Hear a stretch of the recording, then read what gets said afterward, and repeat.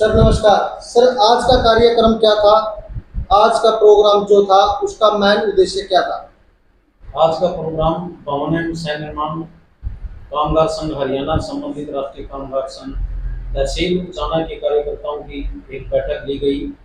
बैठक का जो मुख्य उद्देश्य है हमारा मजदूर जागरूक सम्मान समारोह का एक प्रोग्राम करने का निर्णय लिया गया है, जो 24 तारीख शनिवार को अनाज मंडी उचाना में किया जाएगा।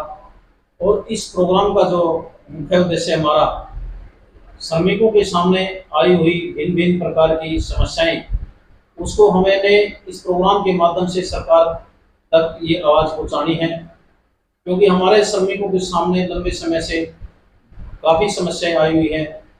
जैसे कि जो मजदूर ने अपने पंजीकरण करवाना होता है, तो पंजीकरण करवाने के लिए सरकार ने कंडीशन लगाई हुई है कि इसमें कंस्ट्रक्शन मजदूर होना चाहिए एमजीआईडी में। तो कंस्ट्रक्शन मजदूर करवाने के लिए दफ्तरों में जाते हैं, वहाँ पर जाके इसकी रिक्वायरमेंट डाली जाती है, कंस्ट्रक्शन मजदूर होता नहीं, इसलिए भी हमारे को ये पहली दिक्कत है।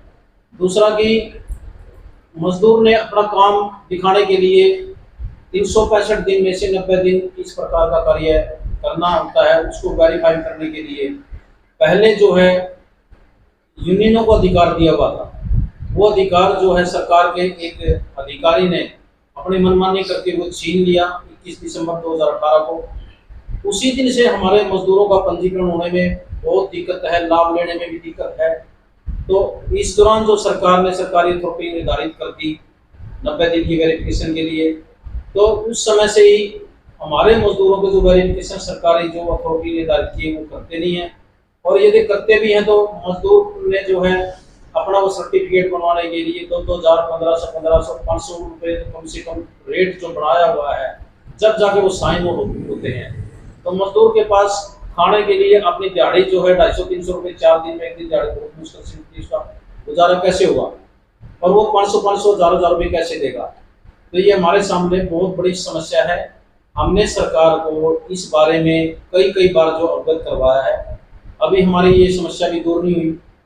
दूसरी जो है ये लाभ जो लेने होते हैं, लाभ के लिए भी जब तक कोई भी जैसे कन्यादान है, मृत्यु लाभ है, मैटरनिटी है, पैटर्निटी है, छात्रवृत्ति के लाभ हैं, तो मजदूर जो है इस सरल के माध्यम से इसको लगाता है। तो जो अधिकारी है, अधिकारी वर्ग, कर्मचारी वर्ग, इन पे अनौपचारिक ऑब्जेक्शन लगाते हैं। जब तक उनको 10-15% तक की रिश्वत नहीं देते, इतने वो ऑब्जेक्शन लगाए जाते हैं। इसलिए हमारा जो मजदूर बहुत दुखी है। तो हमने जो है अब अंत में यही निर्णय लिया कि चुनाव का समय है, उनको भी जरूरत है और हमें भी जरूरत है, तो हम अपने जो मीडिया के माध्यम से इस प्रोग्राम को सीआईडी के माध्यम से मुख्यमंत्री नायब सिंह सैनी तक अपनी आवाज पहुंचाना चाहेंगे, ताकि मजदूरों का भला हो सके। अगर सर मजदूरों की अनदेखी हुई तो क्या सरकार को उसका खामियाजा भुगतना पड़ सकता है? यदि सरकार हमारे इन मांगों को, इन समस्याओं को दूर नहीं करेगी, तो मजदूर पहले से ही नाराज है। और ये मजदूर जो आप सोच रहे हैं कि ये मजदूर है, कुछ नहीं है। भवन निर्माण का मजदूर हरियाणा के अंदर 22 लाख के करीब मजदूर है, जिसमें से 6.5 लाख रजिस्टर्ड है, बाकी अनरजिस्टर्ड है। और इनकी जो वोट बैंक भी लगाएं तो कम से कम जो है 50 लाख वोट बैंक बढ़ता है कि घर में 2-2, 3-3 वोट। मनरेगा का मजदूर है हमारे पास 35-40 लाख के करीब जॉब कार्ड बने हुए हैं।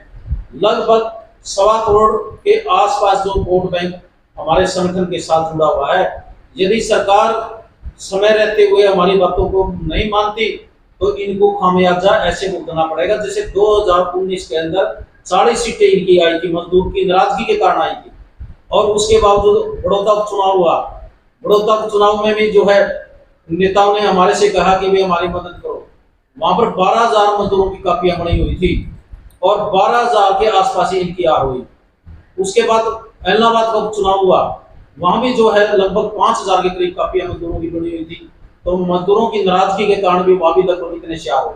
इसी प्रकार पंचायती राज संस्थाओं का चुनाव हुआ, वहां भी जो है मजदूर की नाराजगी के कारण इनकी काफी हार थी। अब जो है इन्होंने जब वक्त रहते हुए हमारी आवाज को नहीं सुना, तो 2024 की विधानसभा में बहुत बड़ा खामियाजा भुगतना पड़ेगा सरकार को। मैं ये बताना चाह रहा हूँ आपके मीडिया के माध्यम से। सर बहुत बहुत धन्यवाद।